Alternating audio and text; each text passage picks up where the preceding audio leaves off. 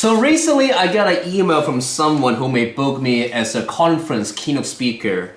But after emailing them back not once, not twice, but 3 times, I still didn't hear from them. I thought that, well, maybe they're no longer interested. A month later though, I got an email from them and they say, hey, let's meet on Zoom so we can discuss this further. Awesome. But on a day of Zoom meeting, I sat there waiting for 5 minutes, 10 minutes, 30 minutes. They never showed up.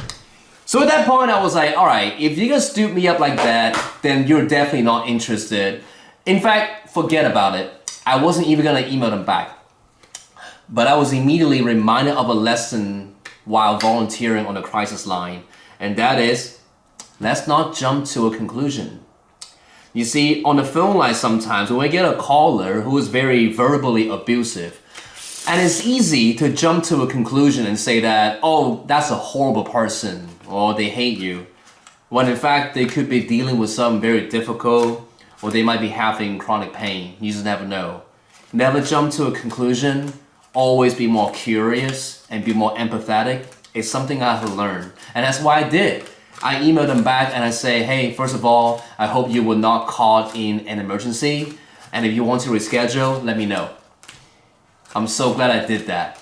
Because the next day I got an email from them apologizing profusely. They were indeed caught in a work emergency on top of a family emergency.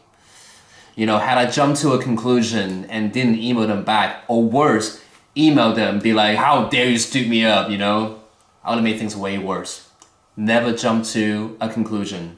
Just like how you saw me shuffle the cards and dealt them, you might conclude that these are all mixed up. Well, in fact, these are all the spades, these are all the hearts, these are all the diamonds, and these are all the clubs in exact ace through king numerical order.